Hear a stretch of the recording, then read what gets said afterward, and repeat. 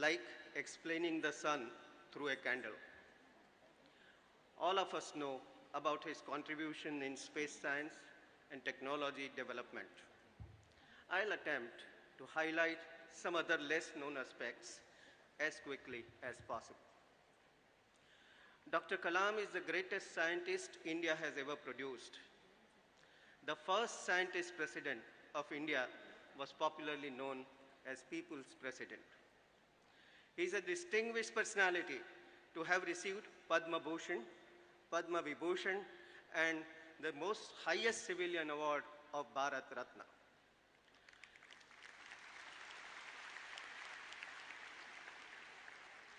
Apart from this, he is a recipient of numerous national and international awards. He is one of the most distinguished scientists with a unique honor of receiving honorary doctorates from 45 universities of India and abroad. His contribution to the state-of-the-art healthcare available to the common man is clearly visible in his attempt to make lighter calipers for the polio-affected children. Over 50,000 children have been fitted with these lightweight calipers. He is an entrepreneur of art, loves literature and poetry. He has written more than 25 poetries in English and Tamil. During one of his visits to USA, he saw some beautiful flowers by the roadside. His host, Dr. Suhas Desai, who is also sitting on the dais, told him that these flowers are known as dogwoods and they blossom only during the spring. Dr. Kalam was surprised that such beautiful flowers and such a name. The same evening, he wrote a poem titled Spring Bloom. He has written many books, and some of them have become a value addition in almost all the libraries and translated in most of the Indian languages. He had his schooling at Swartz High School in Tamil Nadu. Once in a hurry, Kalam went into a wrong class where his math teacher was taking a class. He glared at him through his glasses and said, "What are you doing in the school if you can't even find your way to the right class? You should go back to the village you came from." And caught him by scruff of his neck and beat him with stick in front of the whole class. Kalam felt crushed.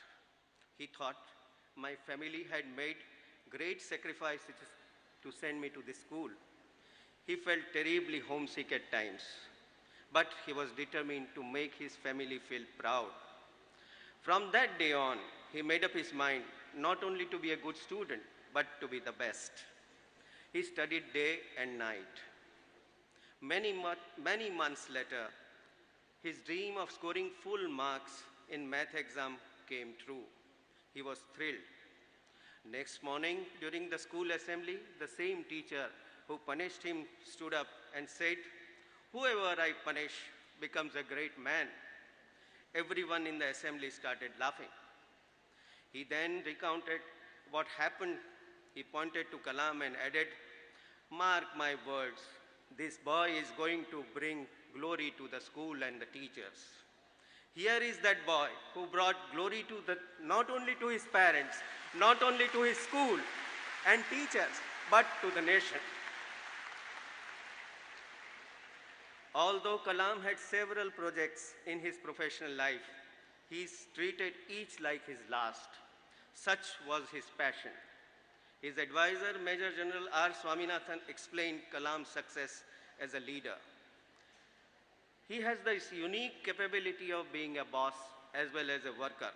He can take on any role with ease.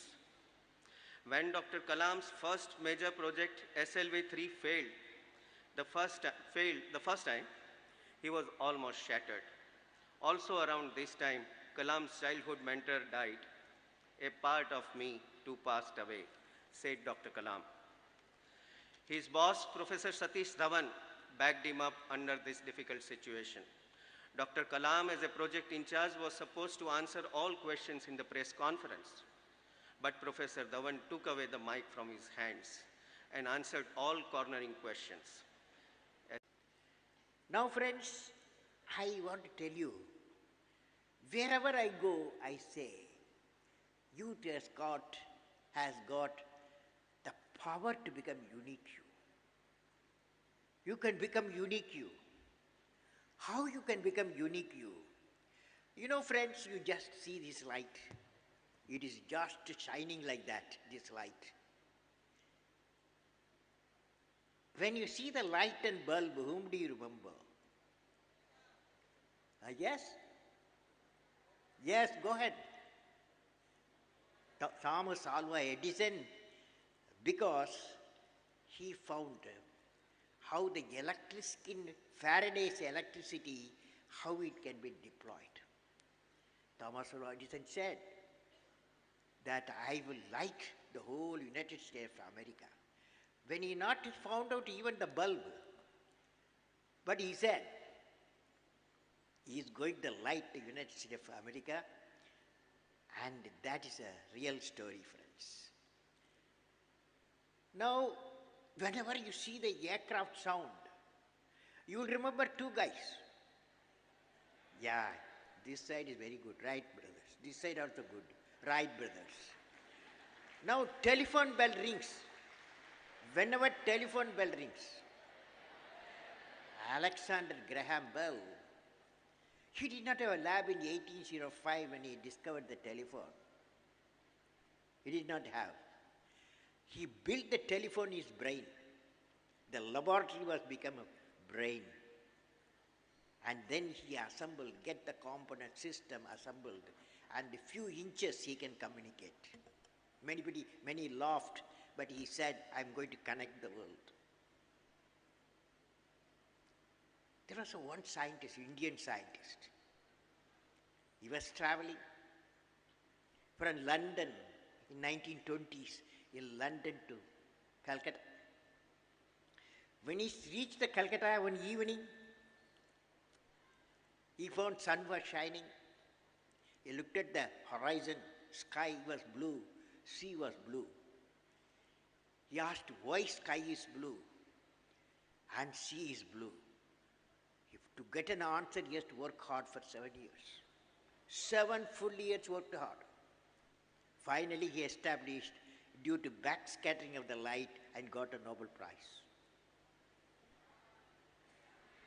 Very good, yes, Sir C.V. Raman. Now, friends, it's only one lady in the world who got 2 Nobel Prizes. Madame Curie got Nobel Prize for radium discovery and also characterizing radio metals. Now, friends, when I said bulb and electricity, you can remember Thomas Alva Edison.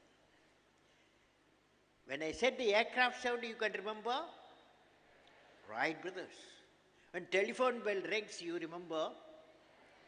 When backscattering of the light, you remember Sir C.V. Raman. And 2 Nobel Prize lady, you can remember Madame Curie. Why do you remember? Why do you remember them? I didn't tell their name, but you have remember their action. Because they are unique. Now you got the answer. 100% mark for you. So they are unique. Now, friends, I have so far, as I said, 16 million youth in a decade's time. I learned every youth wants to be unique. That's one unique quality of the youth. Every youth wants to be unique. That is you. But the world around you, the whole gathering here, the world around you, is doing its best day and night to make you just everybody else. You all want to become unique? About 10,000 people. But the world working day and night to make you everybody else. You go home in the evening. Your parents, some parents will say, why not you be neighbors' children, like they get good marks. You go to school and colleges. The teacher will say, why not the first 10 rankers? So everybody want to make you everybody else. This guy cannot see. He does not have the physical vision. Both eyes he cannot see. But he wants to become first president of visually challenged for India. So I congratulated him. I congratulated the boy, Srikanth. May God bless you, President, and anything bigger than that I wish you everything I said. Then I studied about the boy, Srikanth. In 10th class he scored 92% mark. In 10 plus 1 he scored 94.5%. In 10 plus 2, 97.6 he scored. Now he's told me he had an ambition. He wanted to study in Boston at MIT, Massachusetts Institute of Technology. So he wrote a letter to President of Massachusetts Institute of Technology. Mr. President, these are my marks. I would like to become a graduate of MIT and please give me admission. Promptly reply came, it's not possible because you are visually challenged. Our rule does not permit you to admit you in the class. But this boy did not leave. He wrote back. He said, Mr. President of MIT, you are conducting an exam for all the people, for entry exam to select candidates. You allow me to appear. If I am getting good marks, you consider. He was allowed as an exceptional case. He became fourth in the rank of 5,400 people. He got the admission. And he's doing very well. Not only he's doing MIT, he has become a small entrepreneur in India also. So friends, it indicates that you have to have a dream. Without dream, we are useless. Human beings are useless. Dream transform into thoughts, thought result into action. And the message from this Srikanth is, will you repeat with me all of you? What we receive from Srikanth, the message, when I wish upon a star, makes no difference who I am. When I wish upon a star, makes no difference who I am. Anything my heart desires will come to me. That's the message of Srikanth. Even though he is visually handicapped.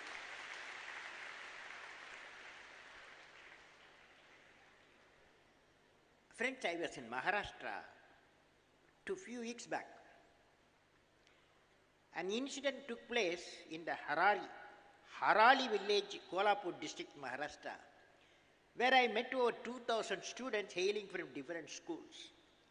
When I was about to get down from the stage after finishing my lecture and interaction, a young boy, about 18 years of age, held in the arms of mothers, the boy is carried because he is handicapped in all sides.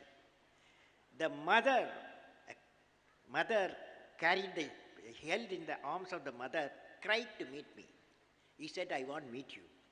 I called both of the mother and the boy on the stage. The polio-affected boy could not walk, but he was strong in willpower. He told me, my name is Shailesh. My name is Shailesh, Mr. Kalam. I am from this village, Harali. You told us to have a dream. You told us, I asked him like today. You told us to have a dream. I am here to tell you my dream. I am a chess player. I will work very hard.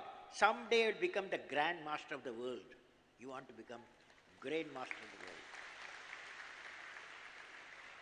I wish to Shailesh all the best, who has strong willpower and said that you will succeed.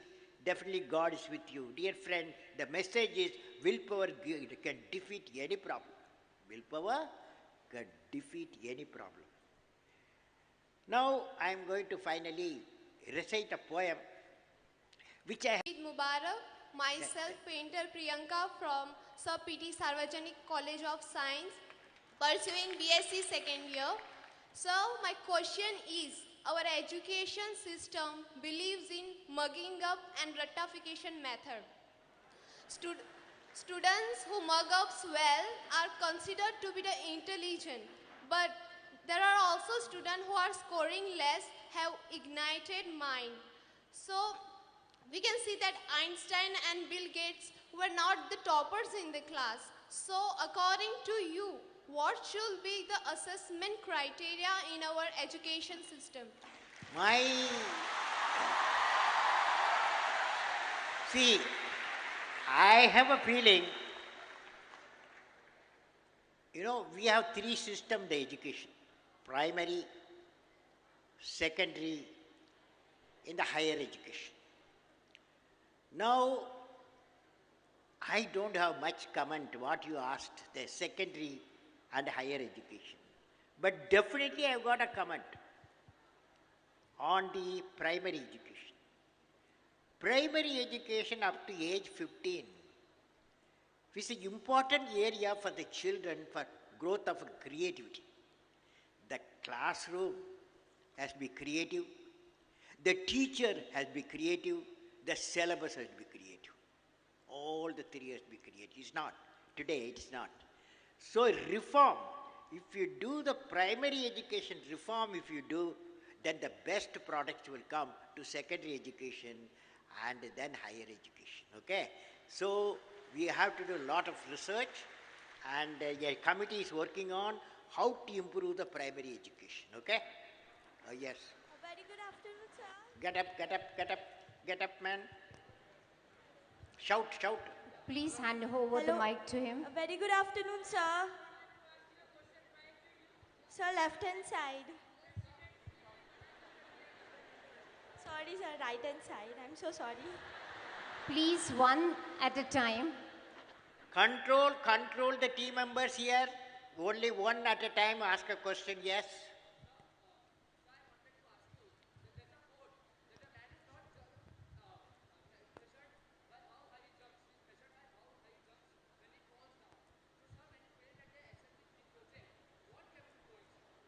What?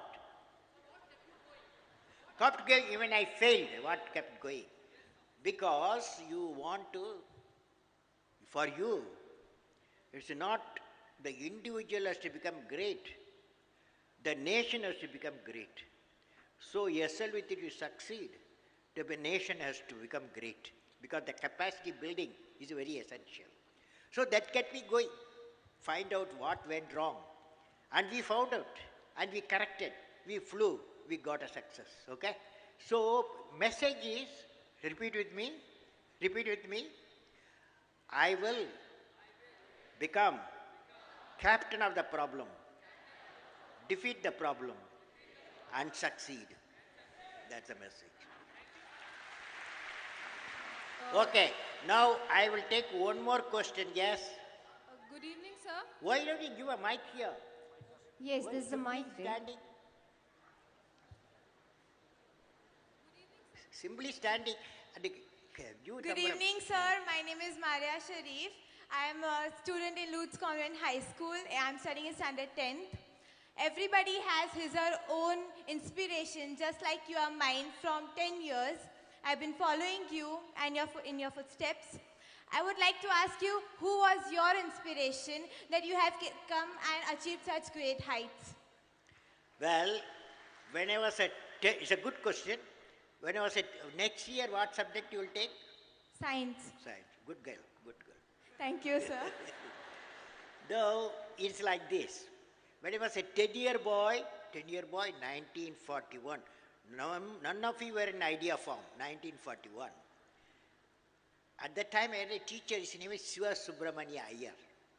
He went to the blackboard, put a sketch of the bird, put all the components of the bird, wings, tail and nose, started explaining how a bird fly. And the way he explained, that evening he took me to the seashore, took the class to the seashore, showed how the seagulls fly flapping the wings. That day I decided my life should be, my aim goal should be